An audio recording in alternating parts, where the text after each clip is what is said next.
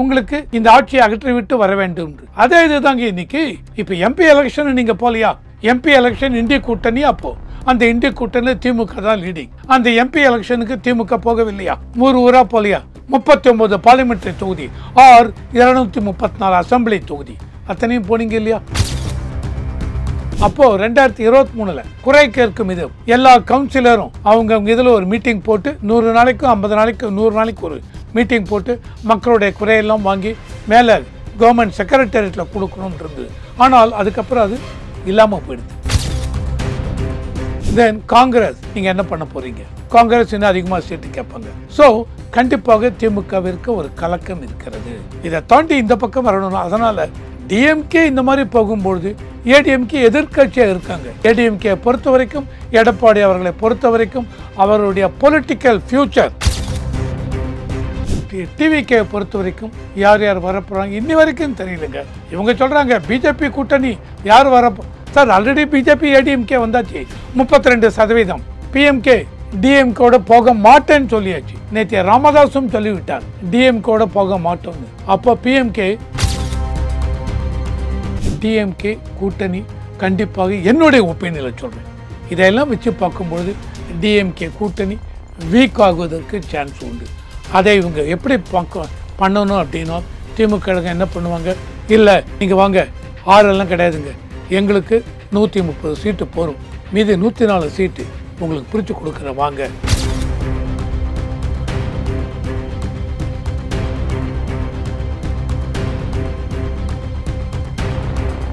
Real one நேயர்களுக்கு வணக்கம். இன்று நம்மளுடைய நேர்காணலுக்கு அரசியல் விமர்சகரான திரு ரவிசங்கர் அவர்கள் இணைஞ்சிருக்காங்க. சார் வணக்கம். வணக்கம். வணக்கம். எப்படி சார் இருக்கீங்க? நல்லா இருக்கு. இப்போ எடப்பாடியினுடைய சுற்றுப்பயணம் தற்சமயம் தொடங்க போகுது. அதில் தமிழக பாஜக தலைவராக இருக்கக்கூடிய நயினார் நாகேந்திரன் கலந்துக்கிறாங்க. இதில் சொல்லப்படக்கூடிய ஒரு விஷயம் என்ன அப்படின்னா, ஏடிஎம்கே இப்போ சுற்றுப்பயணம் போய் தான் வெற்றியை நிரூபிக்க வேண்டிய கட்டாயத்தில் இருக்குது அப்படின்னு சொல்லிட்டு திமுக சார்பில் ஒரு விமர்சனம் வைக்கிறாங்க இல்லையா? எப்படி அந்த விமர்சனத்தை பார்க்கறது? அந்த கட்டாயத்தில் தான் அதிமுக அதனுடைய கூட்டணி கட்சிகள்லாம் இருக்கா? சார் ஒரு எலெக்ஷன் வந்தது அப்படின்னாலும் 2021 எலெக்ஷன் எடுங்க, கட்டாயம் திமுக இருந்ததா இல்லையா? பிரசாந்த் கிஷோர் அப்படின்னு ஒரு பிராமணன் இல்லையா, அவனை கூப்பிட்டு நீங்கள் அவனுக்கு 300 கோடி கொடுத்தீங்க அப்படிங்கிறாங்க. 300 கோடியோ 350 கோடியோ அவர் மூலம்தான் நீங்கள் ஆட்சிக்கு வந்தீங்க. உங்களுக்கு ஸ்ட்ராட்டஜி, போல் ஸ்ட்ராட்டஜி என்ன பண்ணணும்னு. இதை தவிர 2021 கிராமமாக போய் ஜமக்காலத்தையும் எடுத்துன்னு போனாங்க. அந்த மரத்தடியில் ஜமக்காலத்தை விரித்து உட்காந்து உங்களோட நாங்கள் உட்காந்து இருக்கிறோம், உங்களுக்கு என்ன வேணும், என்ன குறைகளை எல்லாம் கொடுங்கள், குறைகளை எல்லாம் வாங்கி அந்த பாக்ஸில் போட சொல்லி அவ்வளவு நீங்கள் பண்ணீங்க. அன்றைக்கி எல்லாம் ஊராக போனீங்க இல்லையா? அன்றைக்கி என்ன உங்களுக்கு இந்த ஆட்சியை அகற்றி விட்டு வர வேண்டும். அதே இதுதாங்க இன்னைக்கு. இப்போ எம்பி எலெக்ஷன் நீங்கள் போலியா? எம்பி எலெக்ஷன் இந்திய கூட்டணி. அப்போது அந்த இந்திய கூட்டணியில் திமுக தான் லீடிங். அந்த எம்பி எலெக்ஷனுக்கு திமுக போகவில்லையா? ஊரா போலியா? 39 பார்லிமெண்டரி தொகுதி ஆர் 234 அசம்பிளி தொகுதி அத்தனையும் போனீங்க இல்லையா? எதனால்? மக்களை பார்க்கணும். ஏன்னா மனசில் பயம். 2001 ஆட்சிக்கு வந்துட்டீங்க, 2004 3 வருஷம் கழிச்சு பார்லிமெண்ட் எலெக்ஷன். அப்பயே மக்களுக்கு ஒரு வெறுப்பு இதெல்லாம் விட்டது. ஸோ நீங்கள் ஊராக அப்போ போனீங்கல்ல, கேன்வாஸ் பண்ணீங்க இல்லையா? அதே தான் இன்றைக்கி ஏடிஎம்கேவும். சார் ஏடிஎம்கே எதிர்கட்சியாக இருக்காங்க, அவங்களுக்கு என்ன கிடைக்கிற எல்லா ஆப்பர்ச்சுனிட்டியும் பயன்படுத்தி கொள்ள வேண்டும். அதனால் ஜூலை 7ஆம் தேதி ஆரம்பித்து விட்டார். ஆனால் இப்போ ஒரு ஜூலை 15ஆம் தேதி ஸ்டாலின் அவர்கள் ஒரு இது ஆரம்பிச்சிருக்காங்க. உங்கள் முதல்வர் திட்டமாக என்னமோ அது பிரகாரம் ஒரு 10,000 கேம்ப்பு போட போகிறாரு. அந்த 10,000 கேம்பில் போட்டு மக்களுக்கு உங்களுக்கு என்ன தேவை, என்ன குறைகள் இருக்கிறது, இன்க்ளூடிங் மருத்துவ மெடிக்கல் இது இந்த கேம்பில் பண்ண போகிறோன்னு இருக்கேன். இந்த கேம்பெல்லாம் இந்த 4 வருஷம் இருந்தீங்க இல்லையா, அப்போ நீங்கள் போட்டுக்கலாம். இப்பவும் பண்ணுறது நல்ல விஷயம் தானே? பண்ணுறது நல்ல விஷயம் நான் சொல்ல வரல, தாராளமாக பண்ணுங்கள். இதை 4 வருஷமாக போட்டுக்கலாங்கிற இந்த கேம்பை. எந்த அளவுக்கு ஒவ்வொரு ஊர்லேயும் கிராமத்தில் குறைகள் இருக்குது, அதுக்கு ஏதாவது கேம்ப் இருக்கா? நடுவர் 2023 உங்களோட முதல்வர் என்னமோ ஒரு அப்போது 2023 குறை கேட்கும் இது எல்லா கவுன்சிலரும் அவங்க இதில் ஒரு மீட்டிங் போட்டு 100 நாளைக்கு 50 நாளைக்கு 100 நாளைக்கு ஒரு மீட்டிங் போட்டு மக்களுடைய குறையெல்லாம் வாங்கி மேலே கவர்மெண்ட் செக்ரட்டரியேட்டில் கொடுக்கணும்னு இருந்தது. ஆனால் அதுக்கப்புறம் அது இல்லாமல் போயிடுது. கண்டிப்பாக அது ஒன்றுமே இல்லாமல் போயிடுது. அதுக்கப்புறம் அதை கேட்டதுக்கு என்ன சொன்னாங்க, இல்லை எல்லாமே ஆன்லைனில் போட ஆரம்பிச்சிட்டாங்க கம்ப்ளைண்ட்டை, அதனால் எங்களை பார்த்து யாரும் கொடுக்கவில்லைன்னாங்க. ஸோ இப்போ இந்த கேம்பில் என்ன பண்ண போகிறீங்க? இந்த கேம்பில் நீங்கள் பண்ணுறது என்ன, 1000 10,000 கேம்புன்ட்டீங்க. என்ன காரணம்? மக்களை மீட் பண்ண போகிறோம். மக்களை மீட் பண்ணி அவங்களோட குறைகளை கேட்டு அவங்களுக்கு ஒரு மனசில் திருப்தி வரணும். 2026 எலெக்ஷனில் நமக்கு ஓட்டு போடணும். இதே தான் எல்லாரும் ஒரே அணியில் திரள்வோம் அப்படின்னு வேற சொல்லியிருக்காங்க திமுக. அதுவும் அதே தான். ஸோ என்ன ஆயிடுச்சு, திமுகவுக்கே ஒரு பயம் வந்து விட்டது. இந்த எலெக்ஷன் எப்படி இருக்க போகிறது தெரியாது திமுகவிற்கும். ஏன்னால் ஏடிஎம்கே பிஜேபி அலையன்ஸ் வந்து விட்டது. அந்த 2 அலையன்ஸே ஒரு பெரிய ஒரு வெரி பிக் அலையன்ஸ். 32% இருக்குது. திமுக கூட்டணியில் இப்போ சலசலப்பு. விசிக அங்கே, அதுக்கப்புறம் கம்யூனிஸ்ட் பார்ட்டி, டிவிகே அவரோடு யார் போக போகிறாங்க? ஏன்னா டிவிகே இந்த பக்கம் வருவாங்கன்னு பார்த்தது. நேற்று அவர் சொல்லிவிட்டார், ஏடிஎம்கே பிஜேபி உங்களோட கூட்டணி இல்லை என்று சொல்லிவிட்டார். இப்போ டிஎம்கேவில் கேஎன்ஆர் என்ன சொல்லியிருக்காருன்னா, நாங்கள் விஜயை கூப்பிடவே இல்லையே அப்படிங்கிற மாதிரி. விஜய் இவர் கூப்பிட வேண்டாம். விஜய் அதுக்கே நான் சொல்ல வரல. இப்போ டிவிக்கு அவர் சொல்லிட்டார், சிஎம் கேண்டிடேட் விஜய் தான் அப்படின்னு சொல்லிட்டார். என் கூட்டணி ஏற்றுக்கொண்டு வரவங்க வாங்கன்னு. ஆனால் எல்லாருக்கும் விஜய் ஒரு பெரிய வந்துருவாரோ அப்படின்னு சொல்கிறாங்க. ஸோ கம்யூனிஸ்ட் விசிகே அங்கே போவாங்களா? ஆதவ் அர்ஜுன் விசிகேல டெபுட்டி ஜெனரல் செக்ரட்டரி இருந்தவர், இவர் இப்போ அங்கே தான் இருக்கார். ஆதவ் அர்ஜுன் மேபி ஆல்ரெடி விசிகேவோட பேசியிருக்கலாம். விசிகே வந்து டிஎம்கேவோட இருக்க போகிறதா இல்லை அங்கே போக போகிறாங்களா தெரியாது. இவங்க கம்யூனிஸ்ட் பார்ட்டி இங்கே இருக்க போகிறாங்களா இல்லை அங்கே போவாங்களா தெரியாது. ஸோ கம்யூனிஸ்ட் விசிகே இவங்க 2 பேர் போனாலே டிஎம்கேல அடி. தென் காங்கிரஸ் நீங்கள் என்ன பண்ண போகிறீங்க? காங்கிரஸ் இன்னும் அதிகமாக சீட்டு கேட்பாங்க. ஸோ கண்டிப்பாக திமுகவிற்கு ஒரு கலக்கம் இருக்கிறது. இதை தாண்டி இந்த பக்கம் வரணும். அதனால் டிஎம்கே இந்த மாதிரி போகும்பொழுது ஏடிஎம்கே எதிர்க்கட்சியாக இருக்காங்க.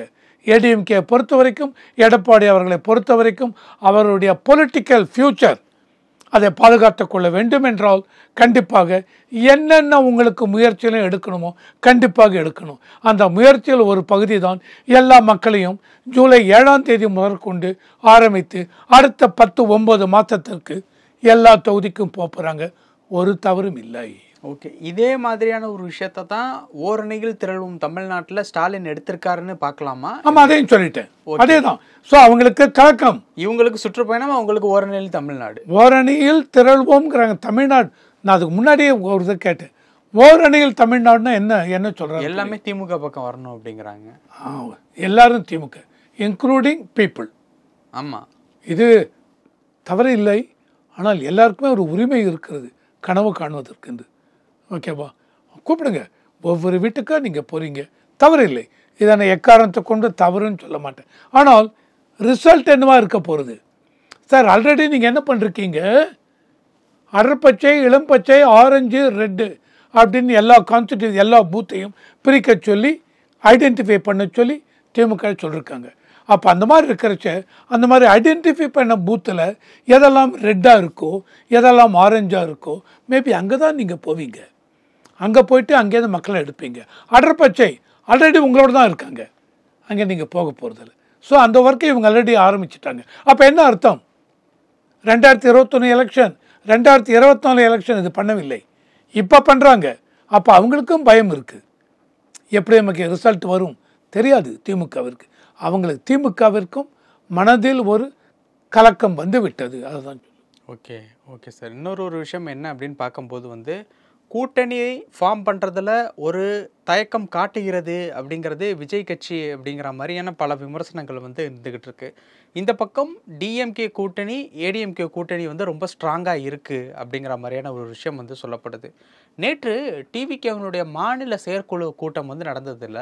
அதில் அந்த செயற்குழு கூட்டம் நடந்து முடிஞ்சதன் பிறகு பொதுவாக ஒரு கருத்து சொல்லப்படுது, மும்முனை போட்டியாக 2026 சட்டமன்ற தேர்தல் அமையும் அப்படின்ட்டு சொல்லப்படுது. உங்களுக்கு என்ன படுது? மும்முனை போட்டி தானா எப்படி? மும்முனை போட்டினால் டிஎம்கே கூட்டணி, ஏடிஎம்கே பிஜேபி கூட்டணி, நாம் தமிழர் கட்சி, டிவிகேவும் கூட. அப்போ 4 முனை. அப்போது சீமானை அவங்க இன்னும் சேர்க்கலை. ஏன்னா சீமான் பற்றி இன்னும் எதுவும் பேசலைங்கிறதுனால சேர்க்கலை. சீமான் ஒரு பார்ட்டி எவ்வளோ வருஷமாக இருந்து எஸ்டாப்ளிஷ் பண்ணியிருக்கார். 8% ஓட்டு. ஸோ மாநிலத்தில் அங்கீகாரம் பெற்ற கட்சி 8% ஓட்டு வந்திருக்கு.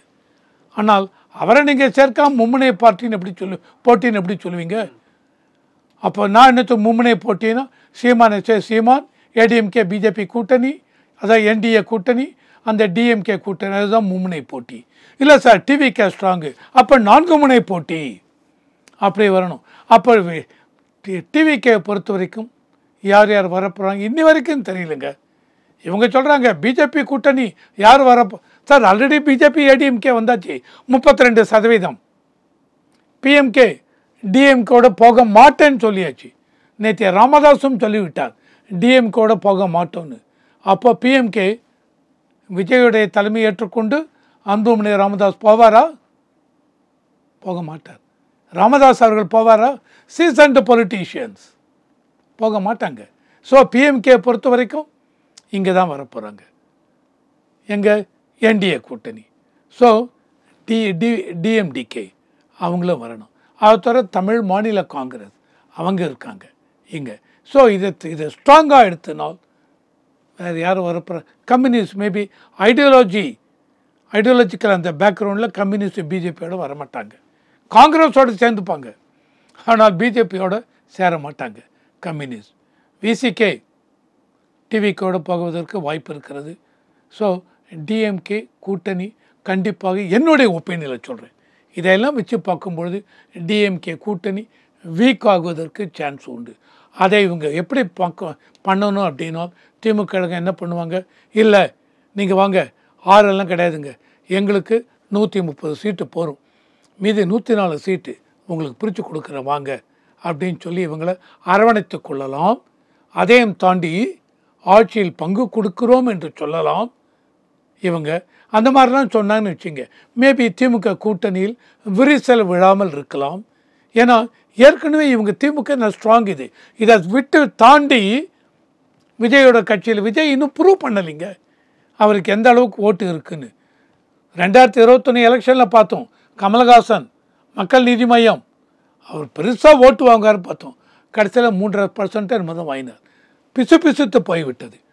இன்றைக்கு அதே கமலஹாசன் என்ன பண்ணார், அந்த கட்சி திமுகவோட கூட்டணி சேர்ந்து ஒரு ராஜ்யசபா சீட்டு அதுக்காக திமுகவோட கூட்டணி சேர்ந்து வாங்கி கொண்டு அவருடைய கொள்கை இதெல்லாம் காற்றில் பறக்க விட்டு ராஜ்யசபாவில் போய் உட்கார்ந்து விட்டார். விஜய் பொறுத்த வரைக்கும் இன்னும் தெரியாது. அந்த மாதிரி இருக்கும்பொழுது திமுகவை விட்டு இந்த கட்சிகள் விஜய் கட்சியில் போய் சேருவாங்களா அப்படின்னு எனக்கு ஒரு ஐயப்பாடு உண்டு. அந்த மாதிரி இருக்கிறச்ச இவங்களை எப்படி ரீட்டைன் பண்ணிக்கிறதுங்கிறது திமுக அவங்க தான் யோசிக்கணும். விசிகே, கம்யூனிஸ்ட் பார்ட்டி, காங்கிரஸ் இவங்களாம் எப்படி நம்ம ரீட்டைன் பண்ணிக்க போகிறோம் அவங்க தான் யோசிக்கணும். பல விஷயங்கள் பகிர்ந்துக்கிட்டீங்க. நேரத்துக்கு ரொம்ப நன்றி சார். நன்றி.